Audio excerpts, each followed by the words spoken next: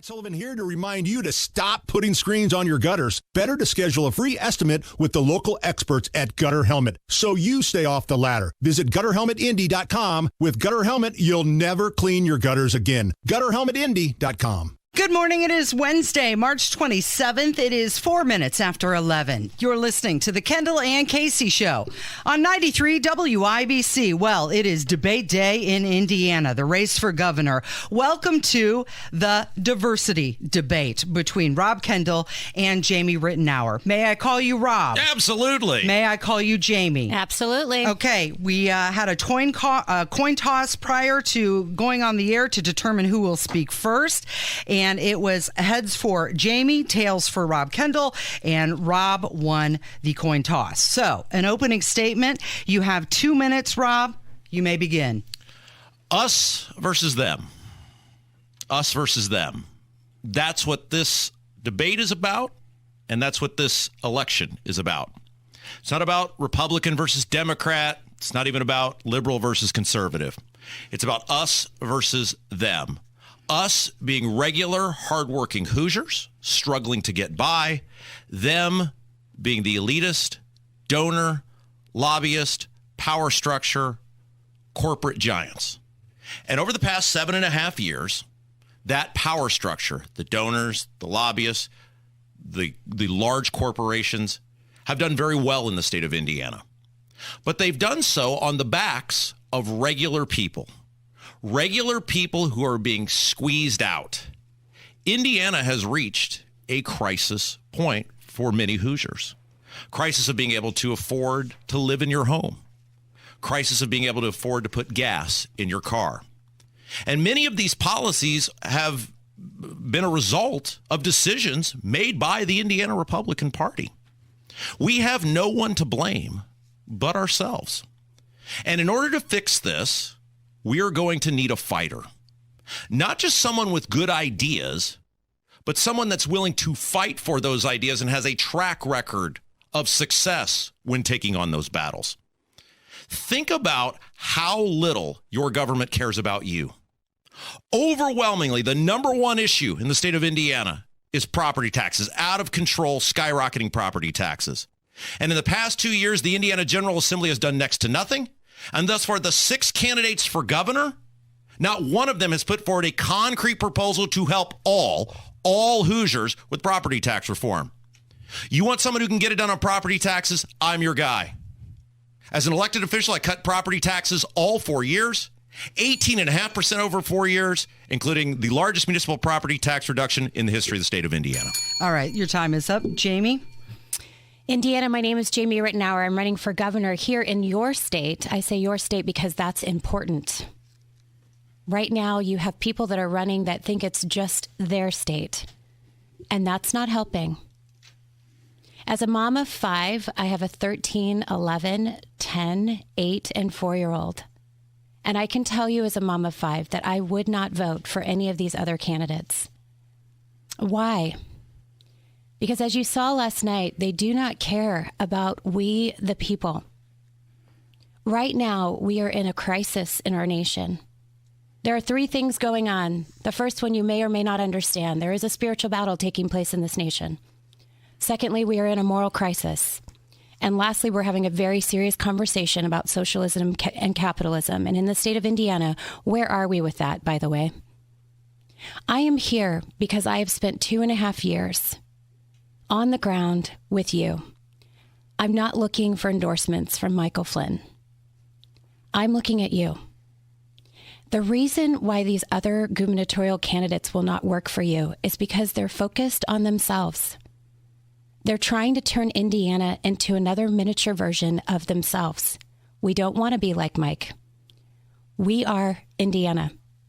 And so I want you to listen. Listen to this next hour. Listen as I bring you Indiana goodness. All right. Thank you, Jamie. Okay, we're going to get into the question portion of the debate, and we are going to start off with some of the top concerns from Hoosiers. Legislators and the governor put together a long-term road funding program in 2017, and that included a large gas tax increase. Those dollars are fluctuating and future infrastructure is at stake. In 4 days, the state's gas tax climbs another 2 cents. We'll begin with you, Jamie. Where do you stand on this topic? Would you support a gas tax? And if so, how would Indiana pay for needs while ensuring Indiana's crossroads remain an asset? So I don't support a gas tax increase. I don't think increasing taxes right now when inflation is so high is wise. The people of the state of Indiana are hurting. What we need to do is we need to reimagine what we already have in the state of Indiana. We need to stop expanding. We need to focus on rebuilding what's already here.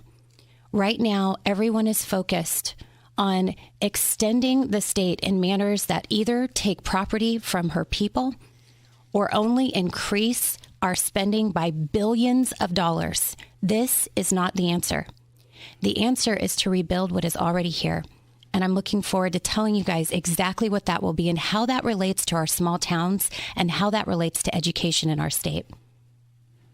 I'm wondering if you could answer the question, how would Indiana pay for needs while ensuring the crossroads remain an asset? So using the gas tax to pay for our needs is not the right answer because there's so many families that are going to be impacted by that. I am not a person that supports getting rid of the income tax right now.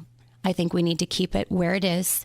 And then we've got to go in and we've got to audit and we've got to take all of this billions of dollars that we're, some of it which we're losing, $1 billion. And we've got to take what we're losing and what we're involved in from a fraud perspective. I mean, if we're just going to call it out what it is, if you lose $1 billion, we're going to say that that's fraud. There's something going on there, right? So what I'm saying is that my team is going to come in, we're going to audit the state, and we're going to look for all of the waste, and we're going to reallocate that money to the areas where there's need. But are we going to continue to tax the people? No, we're not going to continue doing that.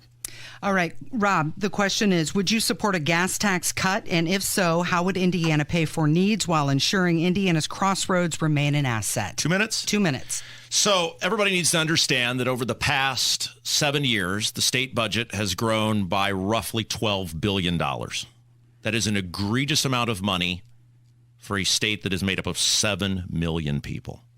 Just throughout the course of this debate today, remember, a $12 billion budget increase for a state of 7 million people in 7 years. That's gross. $32 billion was the budget at the time in 2017 when Mike Braun voted for the largest tax increase in the history of the state of Indiana. Last night, Mike Braun doubled down on that increase and appeared to be so uninformed about that increase that he didn't even recognize it goes up every single year. The issue is not a revenue issue. It is a competency in government issue. Because every single year, more money comes into the biennial budget, yet every year, the task that we are asked as taxpayers increases. We've seen the state budget increase 37.5% over the past 7 years. Has your government gotten 37.5% better? I don't think any person would agree with that. Let's start where we could find $500 million that we could put to our roads, our bridges, our sidewalks. Every 2 years, the state of Indiana, in the most recent budget, will dedicate $500 million, $1.5 billion, to prop up some of the largest, richest, most wealthy corporations in the world. What would be a better use of your money, of $500 million of your money? Is it roads? Is it bridges? Is it sidewalks that everybody uses? Or putting sweetheart real estate deals together for corporations like Eli Lilly? We do all sorts of things that would make people puke if they found out we actually did them. Are you aware we use taxpayer money to study grapes at Purdue? How does that help you as a citizen? The issue is not revenue, it is allocation of revenue. All right, thank you.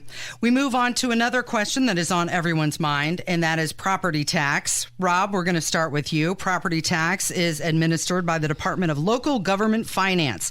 Indiana legislators have been toying with a significant state tax overhaul for more than a year, even assigning a task force to review the options and present ideas for the 2025 session.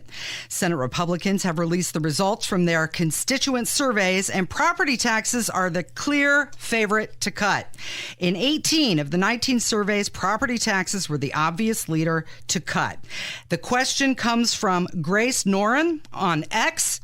She says, I would like to propose you ask the candidates to explain their plan for property tax at the debate, and as this is a major issue across the state, I would love to hear their plan. Well, Grace, thank you for that question. This is another example of it not being a revenue issue. It's being an ability to take on the system issue. Everybody needs to be very clear. In 2008, property tax caps were enacted because citizens said to local governments, our home is not your personal piggy bank. And since day one, and the Indiana General Assembly, there's no doubt they did this knowingly and maliciously, created an ability to get around the intent of the tax caps. They've done this in two ways. Taxes being based on assessments, which is not what you are monetizing. This is the only tax in the world where you're taxed not on something you're monetizing or using. It's based on something someone else does. They knew that when they did this. They also have allowed school corporations to subvert the will and the intent of the tax caps by being able to seek a referendum above and beyond the tax caps whenever they want. I am proposing an actual tax cap. And the only way to do this is to take the assessors and take the government out of the equation, which moves taxes from an annual thing, which is at the whim of an elected non-official agent, fiscal agent, which is the assessor, and move this to a cap that is instituted at the sale of a home. If you are a good and decent member of your community and you live in that house for 40 years, you are not punished for being a good and decent member of a community. The onus should be on the government to get its fiscal house in order, for school corporations who take 50% of most property taxes to get their house in order. The onus shouldn't be on us that forever the government has a lien on our property. The issue is, as it always is in most things, government not being accountable to the people and then crying foul, and in this case, being able to use kids as human shields when they don't get their way. All right. Thank you, Jamie. The question was, you are asked to explain your plan for property tax, as this is a major issue across the state. So as governor in the state of Indiana, what's important is that I get done what I tell you. So I'm going to show you the phasing in of property taxes. So what we'd like to do is start off with 65 and older, no property tax. We're going to do that because a spoonful of sugar helps the medicine go down. Then we're going to look at a fixed rate for those that move in. So when you're moving into your home, you're in your home, you've got a fixed property tax rate. When you sell your home, then that rate can go up. Lastly, we're going to be proposing that we bring property taxes down to 0.11, which is Hawaii. Why am I doing it that way? Because I'm walking the legislature to what should be zero property tax in the state of Indiana. People say totally impossible. They freak out and say, how in the world are you going to get the schools to be able to function in that kind of a situation? Well, that's why I'm giving you a phase plan.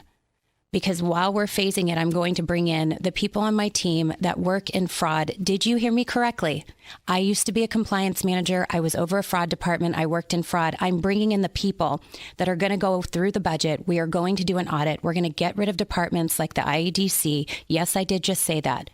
There is too much leaven, and a little bit of leaven leavens the whole lump. We cannot keep the IEDC. I will not put my name on that. Day one, that has to go. We are going to make the cuts that we need to make, and we're going to bring your property taxes down. Ask yourself a question. Do you actually think the other candidates will do that? They won't. I will do that for you. Do you have the ability to respond? Yeah. What is it, 1 minute? 1 minute. So I'd like to point out that's the most detailed property tax proposal that we have heard from any of the candidates thus far. And had we not done this today, you would not have heard that. This is why we're doing the things that we are doing, is to get actual hard, firm plans to help people.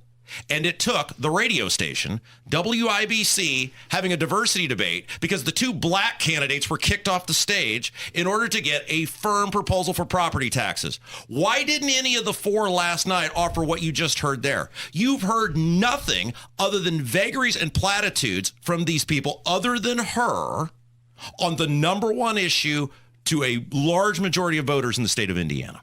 I do have a follow-up question, and we'll start with you, Rob. Last year, Marion County valuations were up an average 18.9% from the previous year. Small business property taxes were raised in some cases by nearly 30% last year. It's clear that Indiana's property tax system requires reform. Last year, credits and or rebates, whatever you want to call them, were sent out. Do you feel that that is pertinent again this year? Well, we should get out of this system altogether. The government has nothing to do with me purchasing my home. That home is mine, and they have a forever lien on my property. The government has done nothing to help me with that home.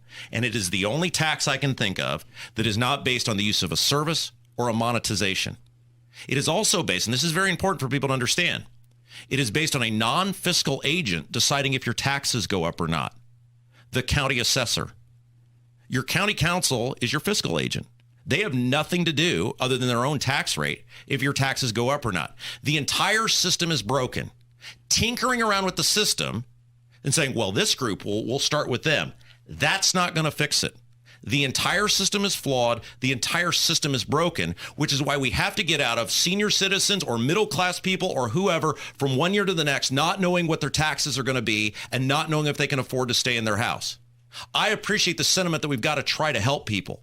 But the only way to actually help people is to get the government out of the year-to-year property tax game done by a non-fiscal agent, which leads you to, at the point of sale, you know that's going to happen at the point of sale, and you factor that into the sale of the home. In the meantime, you can live in peace. All right. Thank you. Okay, we're going to move directions and discuss the IEDC. Two of the candidates have had connections with IEDC, including Brad Chambers, being the state's former Secretary of Commerce, and Eric Doden, previously serving as the president of the IEDC. They have contributed and distributed $1 billion statewide. Jamie, the question begins with, do you find that contribution has helped the state? And if you were governor, what do you think the role of the IEDC should be? So there's no role for the IEDC. Like I said, a little leaven leavens the whole lump. You've got to get rid of it. What I love is whenever you hear these candidates on stage talking about how it was meant to be and how it's gone astray from what they meant it to be. Well, okay, that's code for we need to get rid of it. They just don't want to say it out loud, which should concern you. We need to function in our state with the kind of Hoosier mentality that people in their everyday lives do. When you go on a diet, it's not fun. Raise your hand whenever someone says, hey, we need to put you on a diet. Who goes around saying this is the best thing in my life? No, but you're more healthy because of it. I'm bringing to the table the reality that government has to stop the spending. That's the only answer, by the way. And so I'm going to help you bring your government back to size. My role in 4 years is to walk away from office, should it be my calling not to run another 4, and make sure that in your hands is your government. Power is safest in the United States of America in the hands of the people. And if the people will choose the Lord, our nation will see revival. That's how we do it. Notice there is not another candidate that is going to tell you they're getting rid of the IEDC. You need to be asking yourself a question. Why is that? I do have a follow-up question for you, Jamie, regarding the IEDC, and then, Rob, you'll be able to answer. Should the government be taking an active role in attracting new business to the state? Yeah, it's a really good question. So what we want to do as government is we want to facilitate an environment for capitalism to succeed. We don't want to put our foot in the door and start choosing winners and losers. The Republican Party has completely failed at this. They're actually changing the philosophy of the Republican Party, which is, by the way, why it's so hard to debate next to a libertarian, because people are so angry because when we vote for less government, lower taxes, and that's not what we're getting. And so you've got people like Brad that says that, he needs to be the CEO of the state of Indiana. No, let me rephrase. You need a COO, not a CEO. The CEO of the state of Indiana is we the people. It's not Brad. It's not Mike. It's not Eric. You're not the one that's here to run our families' lives. We are the people. What we need is a COO, a chief operating officer, someone that goes in and says, this is what the people want, and I'm here to make sure that they get what they put people in office to give. By the way, that's constitutional.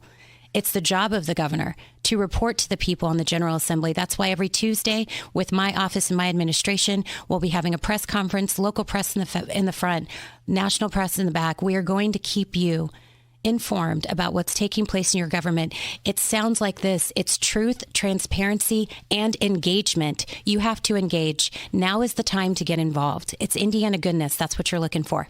Thank you, Jamie. All right, Rob, same question. The IEDC has distributed $1 billion statewide. Do you find that contribution has helped the state? And if you were governor, what do you think the role of the IEDC should be? All right. So first of all, I'd like to point out, as confirmed to me by the state treasurer of Indiana, Daniel Elliott, I am indeed a Republican in good standing. And so I'm not a libertarian. I just point out how terrible Republican ideas are. But I am a Republican in good standing. And that's why they hate me so much. I have the audacity to tell people what's actually going on with the Republican Party. Can I jab in there and just say I wasn't referring to Rob. I was referring to the libertarian when I was on stage. But okay, just making sure we're clear. Very good. All right. So the question for the people would be, what have you gotten from the IEDC? Not what have they brought to the state of Indiana or Indiana government or the revenue from Indiana coffers. What have you gotten out of the IEDC and this $500 million budget investment through the biennial budget? Your property taxes have never been higher. Your gas tax has never been higher. The two most essential things to living for regular people are at an all-time burden on them. So if this was about bringing all of these things to our state because, oh my gosh, they're going to pay all these taxes, what have you gotten for it? The answer is you've gotten asked to contribute more. So if that is not working, and if it's not indeed about giveaways to some of the richest, most powerful corporations and people in the world, then why are we doing it? Again, wouldn't that $500 million be better used to offset property taxes or offset a gas tax?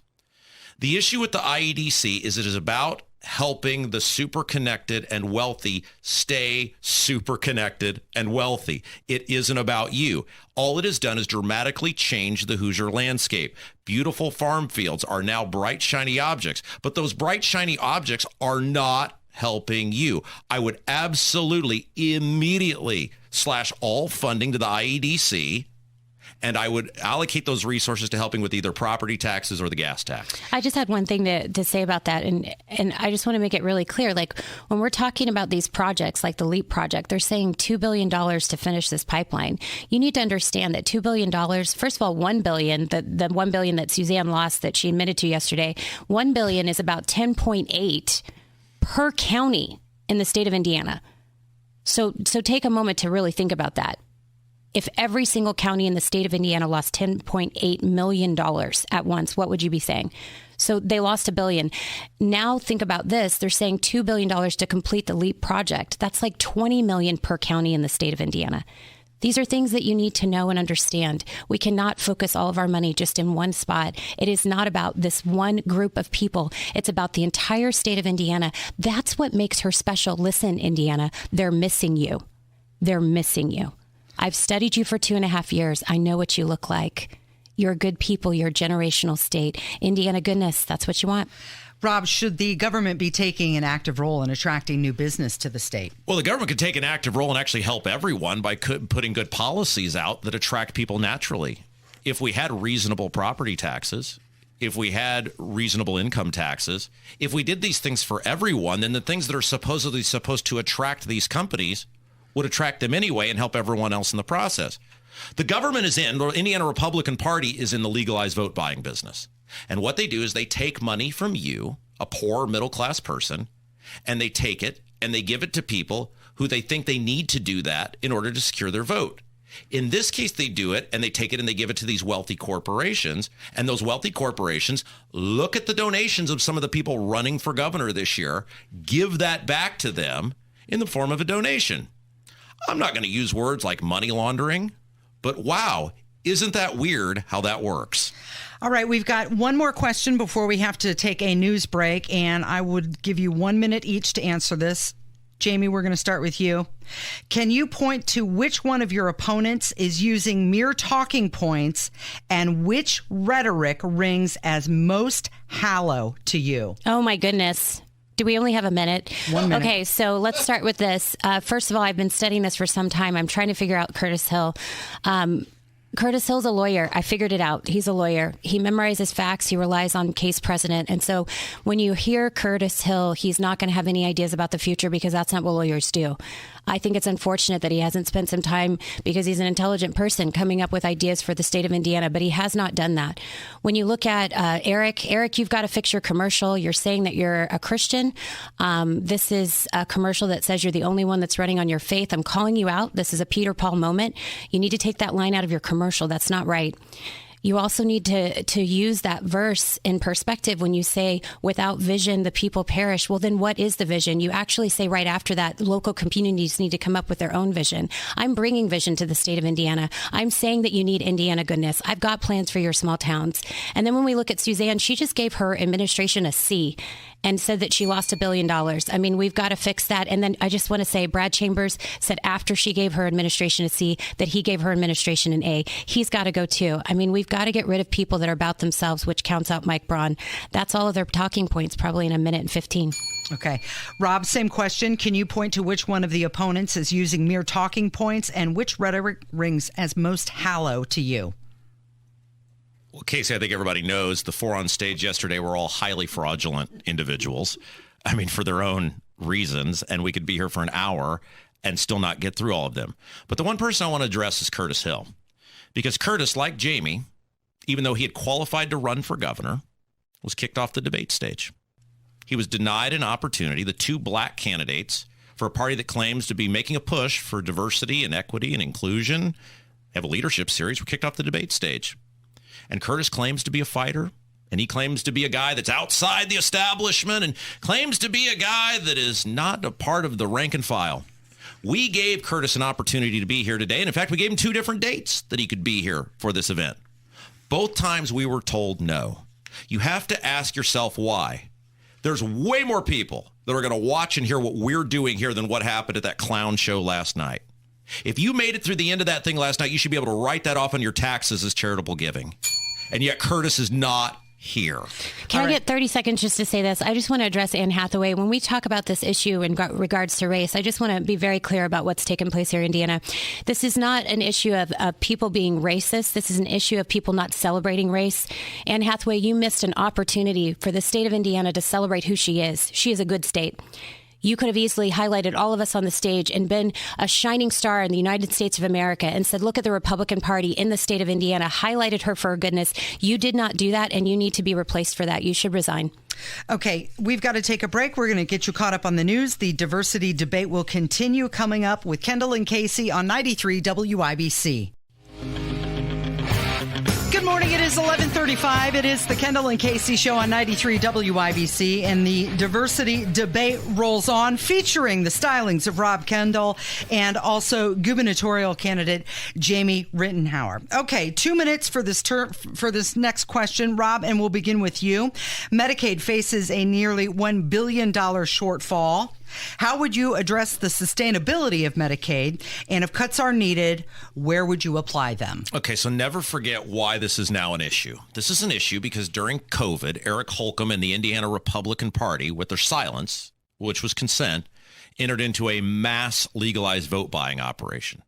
And that was that they wanted to convince people that they could somehow shut society down, and there would not be immense ramifications for shutting society down. One of the ways they did that was irresponsibly and quite honestly fraudulently allowing able-bodied people who otherwise would have been working with health insurance to en masse, and I'm talking in the millions, go on government-funded insurance. And they did this solely to support Eric Holcomb's re-election campaign in 2020. And the Republican Party, the supermajorities in the House and Senate, as they were through the entire COVID operation, sat silently and did absolutely nothing. One of the candidates running for governor, Suzanne Crouch, had an immense opportunity to make a difference there. She said nothing.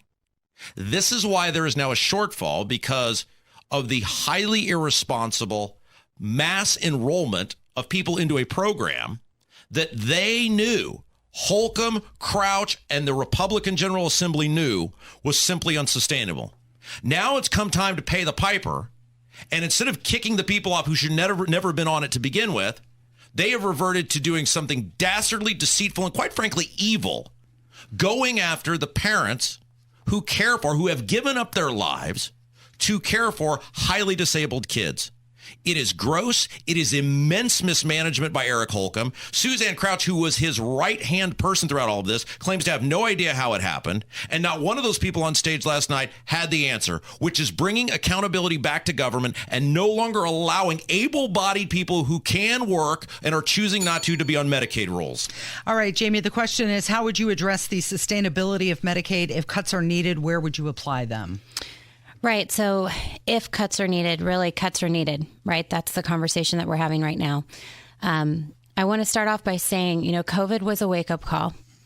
I've talked with people in the medical profession. I know that one of the things that they deal with as doctors is they have loyalty. They build with their clients, and then they are in these non-compete contracts that makes it very hard for them to leave these bigger hospitals. Indiana needs to come and give a law that will cover doctors in those positions. They need to do non-competes. They need to allow those to be completely rolled out in the state of Indiana. That is actually something that attorneys are allowed to have, which is kind of funny. So we need to have non-competes completely rolled out in the state of Indiana so that doctors are free to take their clients with them so that we can have a healthy competition in this area of healthcare. We do have to make cuts with Medicaid, but we don't want to do that with our most vulnerable people that are on Medicaid. So this is just a very common sense conversation, Hoosiers. We're going to go in, we're going to look at the numbers, and we're going to put a diet forward, and we're going to tell you exactly how we're going to do it. We'll do it by phase, but this is also federal, right? So we've got to understand that all of the stuff that we're talking about right now is really something that is not easy to do. You can't do it overnight because there's so many people that are involved in it. So we're going to assess the situation, and we're going to come forward with a plan. I want to tell you right now that it's not easy to do, and it's probably not going to be the first thing that we tackle. The first thing we're going to tackle is the IEDC, and then we're going to audit the other departments, and then we're going to get to Medicaid and Medicare. That's the truth. Can I have an additional minute? Sure. I just think people need to realize that in this game of destruction with this Medicaid disaster, Eric Holcomb's like the final boss in all of this. This started long before him. This dates back to when Mike Pence gave into Obamacare a decade ago, didn't have the guts or honesty to say we're in the legalized vote buying business and are opting into Obamacare. So he misled the people of Indiana by calling this HIP 2.0. It was Medicaid. It was an expansion of Medicaid, which is an expansion of Obamacare. And so this has been going on for over a decade now with Republicans irresponsibly growing government and being in the legalized vote buying business that you are paying for. All right, that leads us right into our next topic, which is many questions regarding health care. And Jamie, I will start with you. In a study completed by U.S. News and World Report, Indiana's overall ranking for health care was 43 out of 50 states. In February of this year, Indiana Capitol Chronicle said Indiana has a severe lack of nurses. How would you address this problem and try to attract more nurses to the state? Right. This is a great question. So listen, because this is Indiana goodness. When we talk about our platforms. I don't really know, honestly, what the gubernatorial platforms are for everyone else. It's hard to pin that down. Everybody's typically floating the IEDC. But what I can tell you is our platform is education.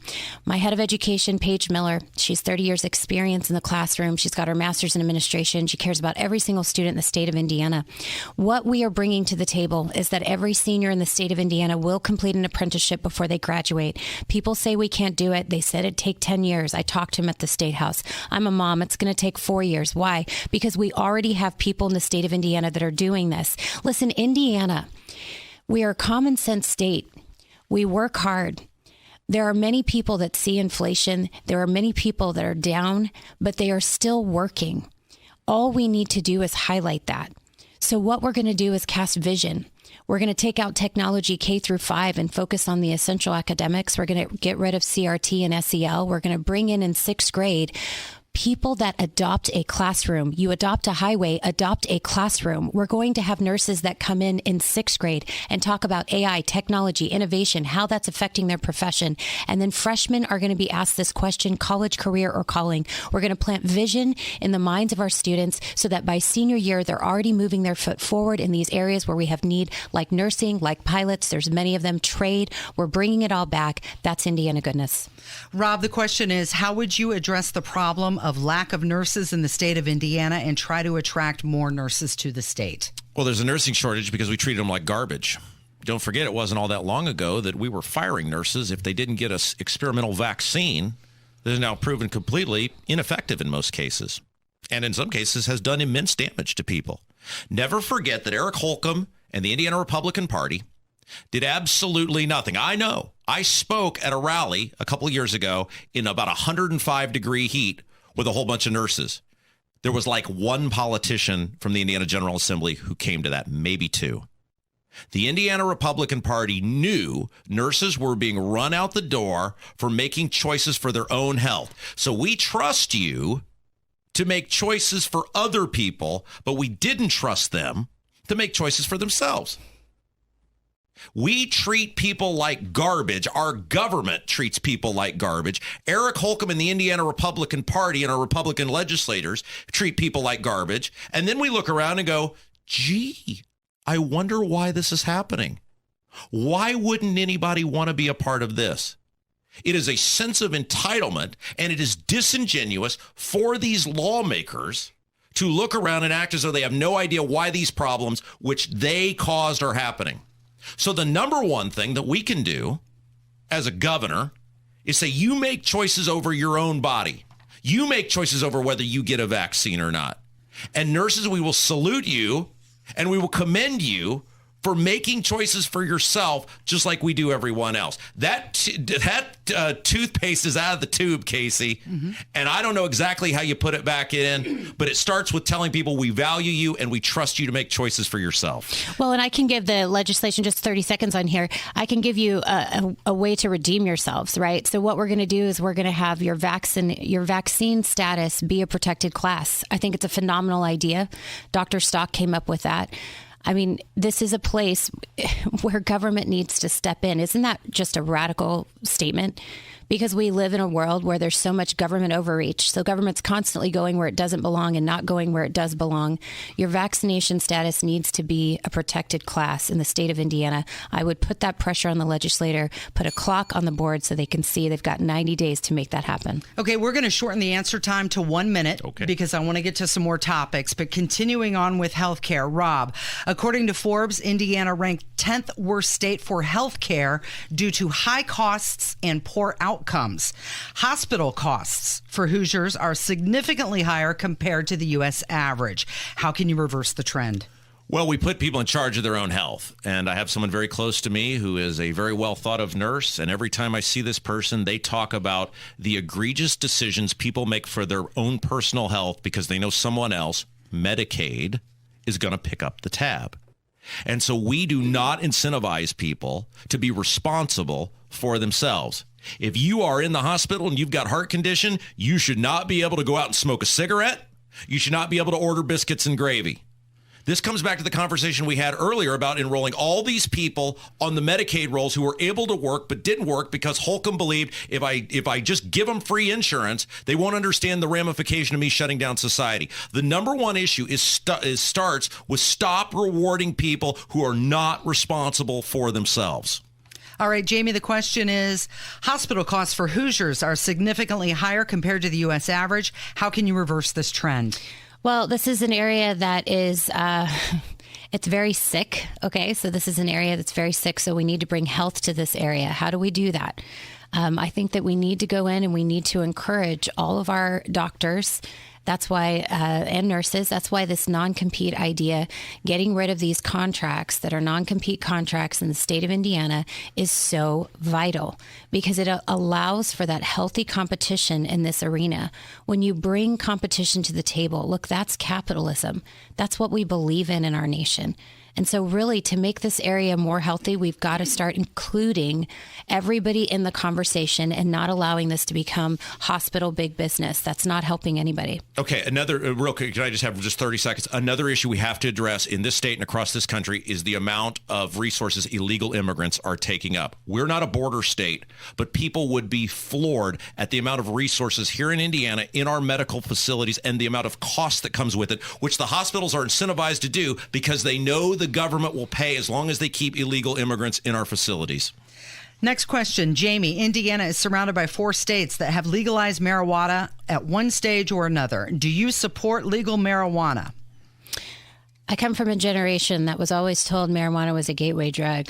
I don't know when that comment stopped happening, but that's how we've always seen it. I've been up to Michigan. Look, can I just have a really serious conversation for just like 5 seconds?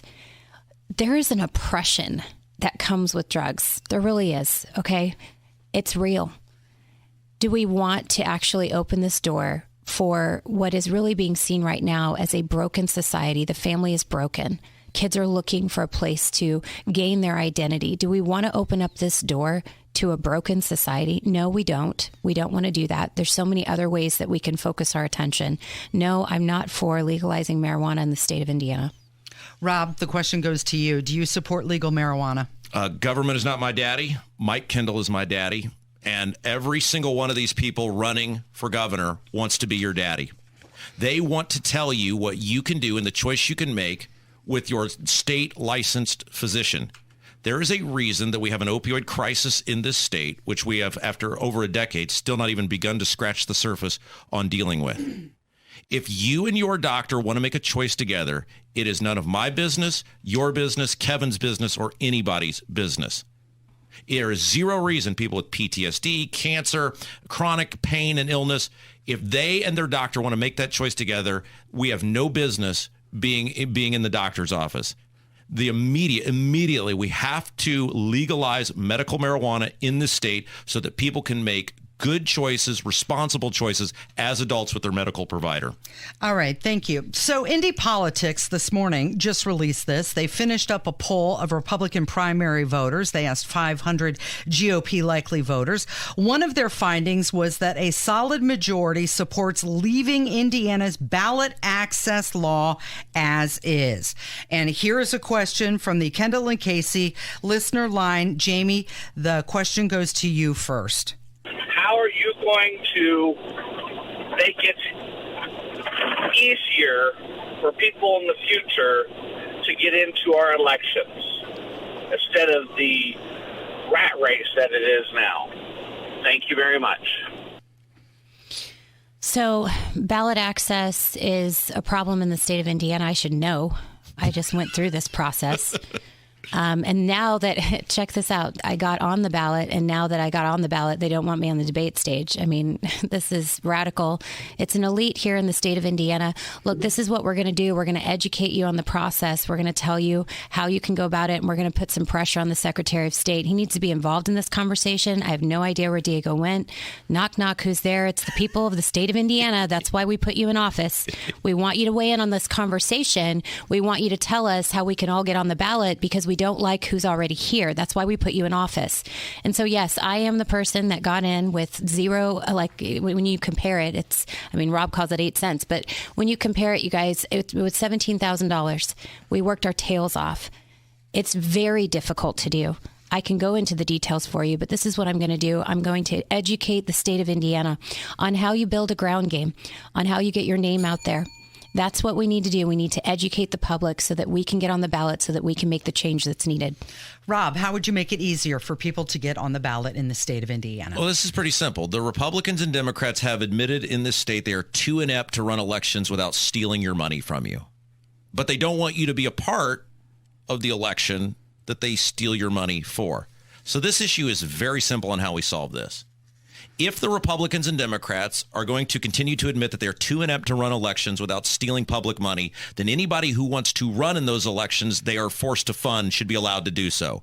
1 vote in a primary, 2 votes in a primary, 0 votes in a primary.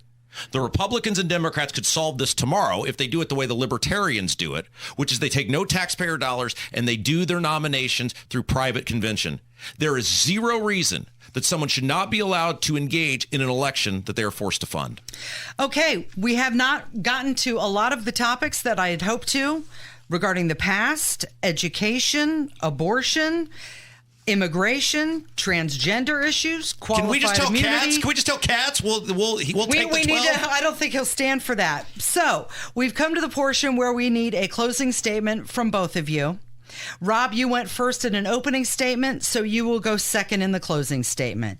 Jamie, you have 2 minutes to tell our listeners why they should consider you as governor for the state of Indiana. Indiana, I'm about life. I'm not just about life from conception. I'm about your life, your entire life. I understand that there are many of us that have been conservatives all our life, like I've been. We've been voting for a party that was less government, lower taxes.